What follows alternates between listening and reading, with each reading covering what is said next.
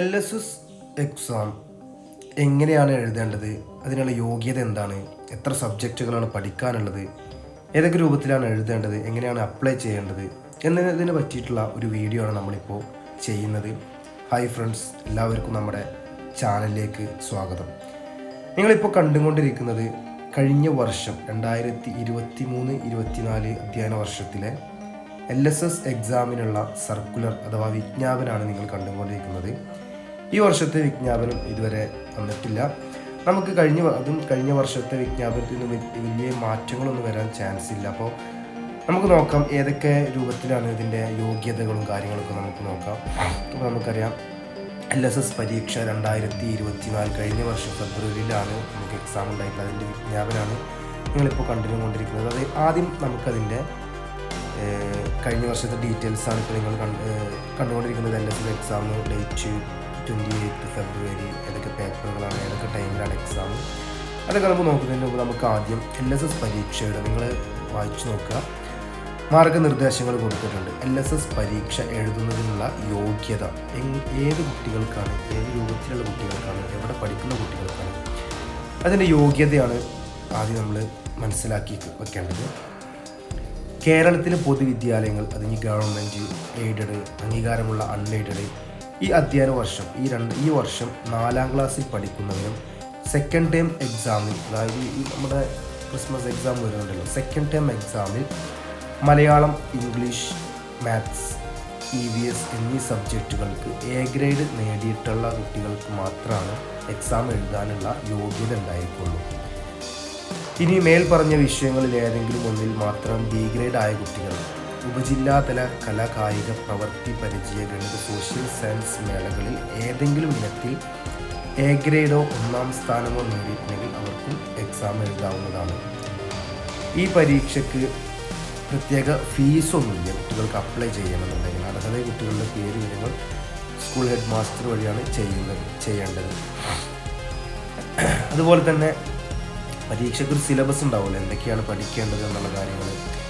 കഴിഞ്ഞ വർഷത്തെ വിജ്ഞാപനമാണ്.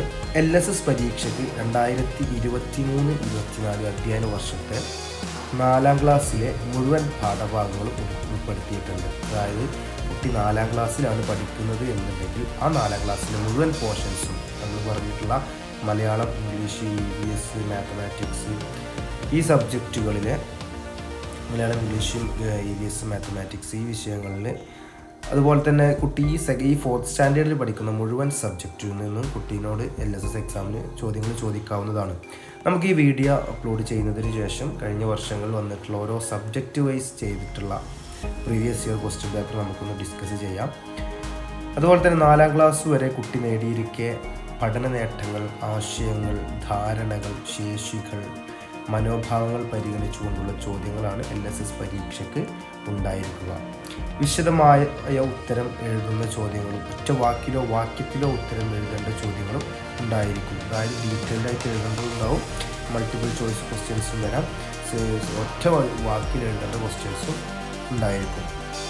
ചോദ്യങ്ങൾ താഴെ പറയുന്ന തരങ്ങളിൽ ചിന്താശേഷി പ്രയോഗിച്ച് ഉത്തരം കണ്ടെത്തുന്നവയും ഉയർന്ന ശേഷികൾക്ക് പ്രാമുഖ്യം നൽകുന്നവയും ആയിരിക്കും. അതായത് താഴെ കുറച്ച് കാര്യങ്ങൾ പറയുന്നുണ്ടല്ലോ, ആ രൂപത്തിലൊക്കെ ക്വസ്റ്റ്യൻസ് വരാവുന്നതാണ്. പരീക്ഷയുടെ ഘടന, അത് നമുക്ക് പരീക്ഷയുടെ സ്ട്രക്ചറും നോക്കാം. ഇങ്ങനെ ഏതൊക്കെയാണ് പേപ്പർ 1, പേപ്പർ 2. LSS പരീക്ഷയ്ക്ക് 2 പേപ്പറുകളാണ് ഉണ്ടായിരിക്കുക. 2 പേപ്പറുകൾ ഇവിടെ നമ്മൾ കണ്ടല്ലോ, മുകളിൽ കഴിഞ്ഞ വർഷത്തെ ടൈം ടേബിൾ കണ്ടല്ലോ.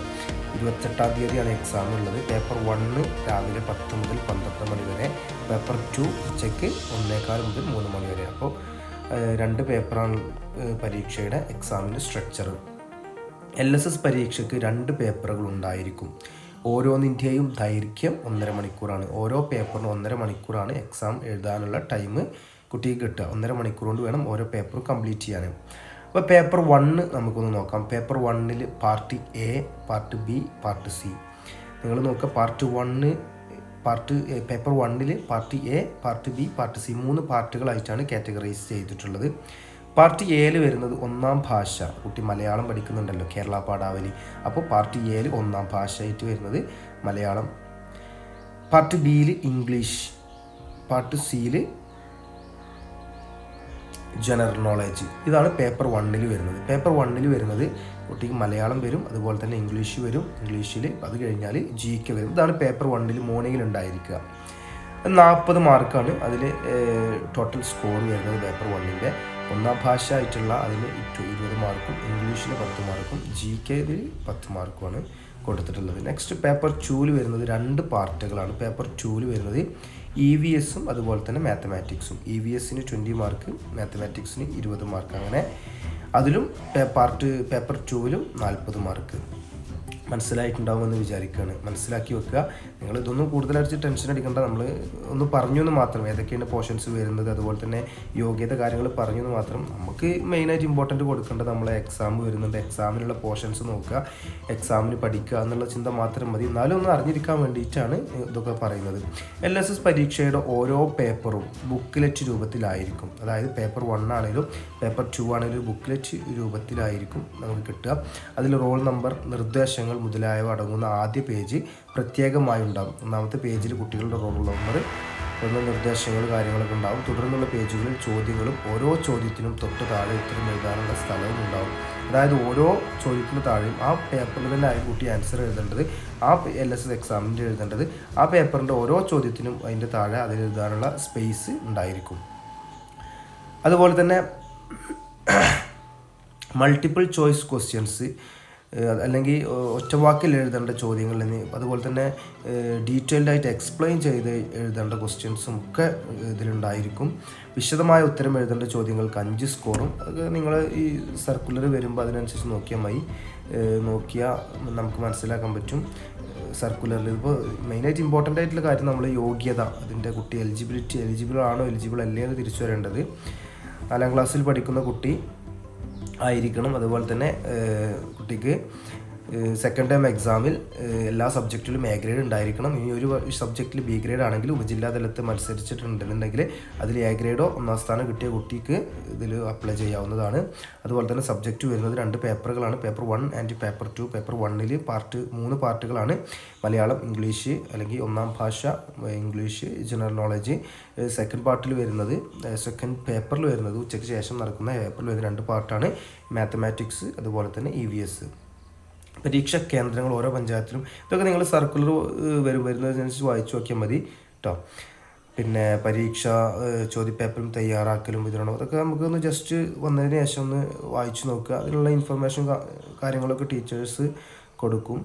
പിന്നെ അതിൻ്റെ ഈ വാല്യുവേഷൻ എങ്ങനെ ആയിരിക്കും ഉണ്ടാവുക, DO അടിസ്ഥാനം, അതൊക്കെ നിങ്ങൾ നോക്കുക. 2 പേപ്പറിനും കൂടി സ്കോളർഷിപ്പ് കഴിഞ്ഞ വർഷത്തെ വിജ്ഞാപനമാണ്. അതുപോലെ തന്നെ സ്കോളർഷിപ്പ് ലഭിക്കുന്നതിനുള്ള യോഗ്യത, കുട്ടിക്ക് സ്കോളർഷിപ്പ് കിട്ടാൻ വേണ്ടിയിട്ട് 2 പേപ്പറിനും കൂടി 60% പേപ്പർ 1 ആൻഡ് പേപ്പർ 2 ഉണ്ട്. അതിൽ 2നും കൂടി 60% അതിന് മുകളിലോ സ്കോർ ലഭിക്കുന്നവർ സ്കോളർഷിപ്പിന് അർഹത നേടുന്നതാണ്. അതായത് 100 മാർക്കുള്ള കുട്ടിക്ക് ഒരു 60 മാർക്ക് കിട്ടിക്കഴിഞ്ഞാൽ മാത്രമായിരിക്കും കുട്ടിക്ക് LSS എക്സാമിൻ്റെ സ്കോളർഷിപ്പ് കിട്ടിയെന്നുള്ള യോഗ്യത ഉണ്ടായിരിക്കുള്ളൂ. 60% മുകളിൽ മാർക്ക് കിട്ടണം.